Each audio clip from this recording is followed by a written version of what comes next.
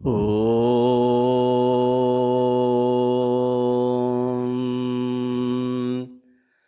ഹരിശ്രീ ഗണപതയേ നമഃ. അവിഘ്നമസ്തു. ഓം ശ്രീ ഗുരുഭ്യോ നമഃ. ഹരി ഓം. ഗൃഹാങ്കണ രാമായണ പാരായണം 6-ാം ദിവസം. പ്രൗഢഗംഭീരമായ അയോധ്യ. രാജാധിരാജനായ ദശരഥ മഹാരാജാവ് ഭരിച്ചുകൊണ്ടിരിക്കുകയാണ്. രാമലക്ഷ്മണന്മാർ ഭരണകാര്യങ്ങളിൽ മഹാരാജാവിനെ സഹായിച്ചുകൊണ്ടിരിക്കുന്നു. ശത്രുഘ്ന സമേതനായി ഭരതൻ തൻ്റെ അമ്മയുടെ രാജ്യമായ കേകയത്തിലേക്ക് പോയിരിക്കുകയുമാണ്. കാലം കരുതി വച്ചതുപോലെ പെട്ടെന്നൊരു നിനവ് ദശരഥ മഹാരാജാവിൽ ഉടലെടുക്കുകയാണ്. എത്രയും പെട്ടെന്ന്, വളരെ വേഗത്തിൽ തന്നെ രാമനെ യുവരാജാവായി അഭിഷേകം ചെയ്യണം. ചൈത്രമാസം അവസാനിക്കാറായിരിക്കുന്നു. വരുന്ന പൂയം നക്ഷത്രത്തിൽ തന്നെ അത് നടക്കണം. ഉറ്റവരെയും ഉടയവരെയും ക്ഷണിക്കുവാൻ നേരമില്ല. കേകയത്തിലുള്ള ഭരത ശത്രുഘ്നന്മാരെയും കാക്കേണ്ടതില്ല. തൽക്കാലം അഭിഷേകം നടത്തുക, മറ്റെല്ലാ കാര്യങ്ങളും പിന്നീടാകാം എന്നൊക്കെ തീരുമാനിച്ച ദശരഥ മഹാരാജാവ് കുലഗുരുവായ വസിഷ്ഠരെ വിവരങ്ങൾ ധരിപ്പിച്ച ശേഷം സുമന്ത്രരെ വിളിച്ചു വരുത്തുകയാണ്. ദശരഥ മഹാരാജാവിന് 8 മന്ത്രികളാണ് ഉള്ളത്.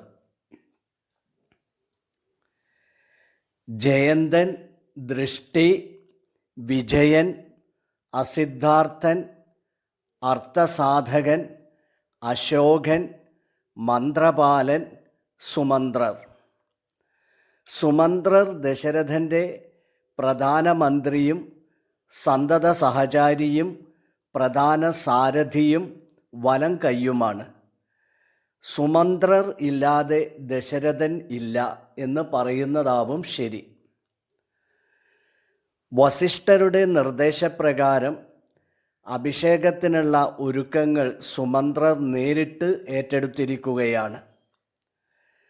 അഭിഷേകവേളയിൽ നടുമുറ്റം അലങ്കരിക്കുവാൻ സുന്ദരിമാരായ 16 കന്യകമാർ വേണം.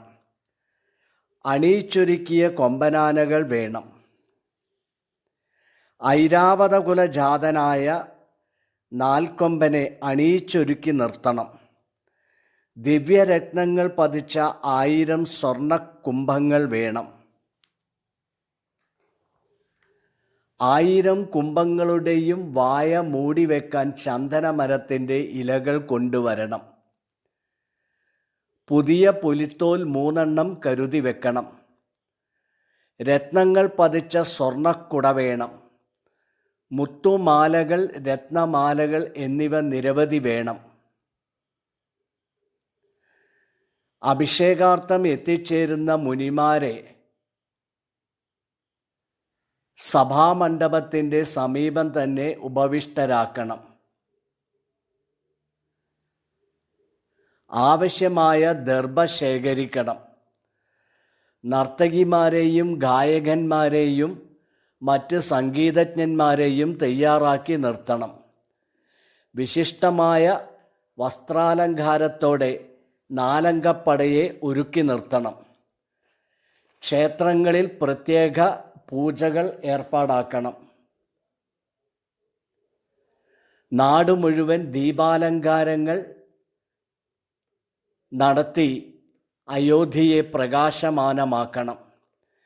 ഇങ്ങനെ ഓരോ കാര്യങ്ങളും ചിന്തിച്ചറിഞ്ഞ് ചോദിച്ചറിഞ്ഞ് സുമന്ത്രർ ഒരുക്കി തുടങ്ങുകയാണ്. നാളത്തെ അഭിഷേക വിവരം രാമനെ അറിയിക്കുവാനും ആചാരസംബന്ധമായ തയ്യാറെടുപ്പുകൾ എന്തൊക്കെയാണെന്ന് ധരിപ്പിക്കുവാനും യഥാസമയം യഥാവിധി പത്നി സമേതം രാമൻ അഭിഷേകവേദിയിൽ എങ്ങനെ എപ്പോൾ എത്തണം ഇത്യാദി കാര്യങ്ങൾ വസിഷ്ഠർ നേരിട്ട് പോയി രാമനെ അറിയിച്ചു. അങ്ങനെയിരിക്കവേ രാമാഭിഷേകത്തിനുള്ള ഒരുക്കങ്ങൾക്ക് ഒരു രഹസ്യ ഛായ ഉണ്ടായിരുന്നുവെങ്കിലും അത് തകൃതിയായി നടക്കുകയാണ്. വിവരങ്ങൾ പതിയെ പതിയെ അവിടെയും ഇവിടെയും അറിയുന്നുണ്ട്.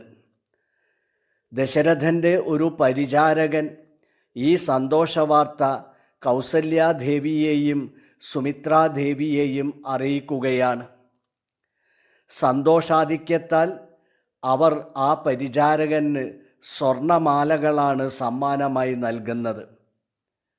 നോക്കുക, ആ പരിചാരകൻ പോലും കൈകേയി മഹാറാണിയെ ഈ വിവരം അറിയിച്ചിട്ടില്ല എന്നത് ആശ്ചര്യകരമായിരിക്കുകയാണ്.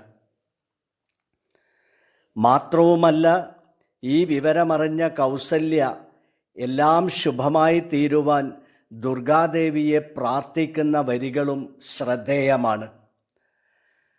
സത്യസന്ധൻ നൃപവീരൻ ദശരഥൻ പുത്രാഭിഷേകം കഴിച്ചിടുമെന്നുമേ കേകയപുത്രി വശഗതനാകയാൽ ആകുലമുള്ളിൽ വളരുന്നിതേറ്റവും ദുർഗേ ഭഗവതി ദുർഗതിനാശിനി ദുർഗതി നീക്കി തുണച്ചിടുകമ്പികേ. ഇതായിരുന്നു കൗസല്യാദേവിയുടെ പ്രാർത്ഥന. മണ്ണിൽ കാര്യങ്ങൾ ഇങ്ങനെയൊക്കെ നടക്കവേ വിണ്ണിൽ ദേവന്മാരെല്ലാം ഒത്തുകൂടുകയാണ്. രാമാഭിഷേകം എങ്ങനെയെങ്കിലും മുടക്കണം. അതിനായി ദേവതമാർ സരസ്വതീ ദേവിയെ പ്രാർത്ഥിക്കുകയാണ്. ഈ സന്ദർഭത്തിൽ അങ്ങ് അയോധ്യയിൽ കൈകേയിയുടെ പ്രധാന തോഴി അവരുടെ അന്തഃപുരത്തിലേക്ക് കയറി വരികയാണ്. മന്ധരയെ കണ്ട് ധൃതിയോടെ കൈകേയി ചോദിക്കുകയാണ്, മന്ധരെ, നമ്മുടെ രാജ്യമെല്ലാം ധൃതിപ്പെട്ട് അലങ്കരിക്കുകയാണല്ലോ, എന്താണ് കാരണം? കിട്ടിയ സന്ദർഭം മന്ധര ശരിക്കും ഉപയോഗിച്ചു. ഹേ ഭാഗ്യം കെട്ടവളെ കൈകേയി, മൂഢയായ നീ എന്തറിഞ്ഞിരിക്കുന്നു? രാമന് നാളെ അഭിഷേകമാണ്. നീ വലിയ ചതിയിൽ പെട്ടിരിക്കുകയുമാണ്. എന്തൊരു ഗർവായിരുന്നു നിനക്ക്! രാജാ ദശരഥൻ നിന്റെ അധീനതയിലാണെന്ന് നീ പലപ്പോഴും പറയാറുണ്ടല്ലോ. രാമനെ ഭരതനേക്കാൾ നീ ലാളിക്കാറുണ്ടല്ലോ. എന്തേ അവർ ഒന്നും തന്നെ നിന്നോട് പറഞ്ഞില്ലേ? കൗസല്യയും സുമിത്രയും ഇത് നേരത്തെ അറിഞ്ഞിരിക്കുന്നു. അവർ ആഹ്ലാദത്തിമിർപ്പിലുമാണ്. നീ മാത്രം ഒരു മൂഢയെപ്പോലെ ഒന്നും അറിയാതെ സാപത്നിയായി കഴിയാൻ വിധിക്കപ്പെട്ടിരിക്കുകയാണ്. രാമൻ രാജാവായി കഴിഞ്ഞാൽ കൗസല്യാദേവി രാജമാതാവായി തീരും. സുമിത്രാദേവിക്കും ലക്ഷ്മണനും അവസ്ഥകൾ ഈ കൊട്ടാരത്തിൽ കൂടി വരും. നിന്റെ ഭരതന് എന്താണ് കിട്ടുക? നീ ഈ അന്തഃപുരത്തിൽ അംഗീകാരമോ അധികാരമോ ഇല്ലാതെ നരകിക്കേണ്ടതായി വരികയും ചെയ്യും. ഭാവിയിൽ അധികാരത്തർക്കമുണ്ടാകുമോ എന്ന് ഭയന്ന് രാമൻ നിന്റെ ഭരതനെ വധിച്ചു കളയാനും സാധ്യതയുണ്ട്. ഇങ്ങനെ അധപ്പതനത്തിൻ്റെ പടുകുഴിയിൽപ്പെട്ട് നരകിക്കുന്നതിനേക്കാൾ നല്ലത് കൈകേയി നീ മരിക്കുന്നതാണ്. വേണമെങ്കിൽ നിനക്ക് രക്ഷപ്പെടാൻ ആഗ്രഹമുണ്ടെങ്കിൽ ഞാനൊരു ഉപായം പറഞ്ഞു തരാം. കൂനിയായ മന്ധര ഗർവോടെ കൈകേയിയെ നോക്കിക്കൊണ്ടിരിക്കുകയാണ്. സ്വച്ഛന്തമായ അരുവിയെപ്പോലെ ഒഴുകിക്കൊണ്ടിരിക്കുന്ന, പ്രപഞ്ചം ആദരിക്കുന്ന, ദേവതകൾ പോലും ബഹുമാനിക്കുന്ന ആ രാജകുടുംബത്തെ എത്ര പെട്ടെന്നാണ് മന്ധര കലക്കി മറിക്കുന്നത്. ഇത് ഓരോ കുടുംബത്തിനുമുള്ള ഒരു മുന്നറിയിപ്പാണ്, ഒരു താക്കീതാണ്. അകറ്റുക, അകറ്റുക, പിന്നെയും അകറ്റുക ഈ മന്ധരമാരെ. ധീരനായേറ്റം ദയാനിതനായി ഗുണചാര സംയുക്തനായി നീതിജ്ഞനായി നിജദേശിക വാക്യസ്ഥിതനായി സുശീലനായി ആശയശുദ്ധനായി വിദ്യാനിരതനായി ശിഷ്ടനായുള്ളവനെന്നങ്ങിരിക്കിലും ദുഷ്ടസംഗം കൊണ്ട് കാലാന്തരത്തിനാൽ സജ്ജന നിന്ദ്യനായി വന്നുകൂടും ദൃഢം ദുർജന സംസർഗമേറ്റം അകലവേ വർജിക്ക വേണം പ്രയത്നേന സൽപുമാൻ കഞ്ചളം പറ്റിയാൽ സ്വർണവും നിഷ്പ്രഭം. ഏതായാലും മന്ധരയുടെ മസ്തിഷ്ക പ്രക്ഷാളനത്തിൽപ്പെട്ട കൈകേയി രാമൻ്റെ അഭിഷേകം മുടക്കുവാൻ തന്നെ തീരുമാനിക്കുകയാണ്. അതിനായി പണ്ട് ദേവാസുര യുദ്ധവേളയിൽ ദശരഥൻ തനിക്ക് വാഗ്ദാനം ചെയ്ത 2 വരത്തെയാണ് ഉപയോഗിക്കാൻ തീരുമാനിച്ചിട്ടുള്ളത്. പണ്ട് ദേവാസുര യുദ്ധത്തിൽ പങ്കെടുത്ത ദശരഥ മഹാരാജാവിൻ്റെ തേരിനെ അപകടത്തിൽ നിന്നും സംരക്ഷിച്ചതിനാൽ 2 വരങ്ങൾ അന്ന് അദ്ദേഹം കൈകേയിക്ക് വാഗ്ദാനം ചെയ്തിരുന്നു. അത് രണ്ടും ഇപ്പോഴാണ് കൈകേയി ദശരഥ മഹാരാജാവിനോട് ചോദിക്കാൻ, ആവശ്യപ്പെടാൻ തീരുമാനിച്ചിട്ടുള്ളത്. രാമാഭിഷേകത്തിന് ആവശ്യമായ കാര്യങ്ങളെല്ലാം വ്യവസ്ഥ ചെയ്ത് സായം സന്ധ്യയിൽ തൻ്റെ പ്രിയപത്നിയുടെ അന്തഃപുരത്തിലെത്തിയ ദശരഥ മഹാരാജാവിനെ വാക്കുകളാലും പ്രവർത്തികളാലും തകർത്ത് കളയുകയാണ് കൈകേയി മഹാറാണി. എന്നിട്ട് നിർബന്ധപൂർവം അദ്ദേഹത്തോട് മുമ്പ് വാഗ്ദാനം ചെയ്ത ആ 2 വരങ്ങളും ആവശ്യപ്പെടുകയാണ്.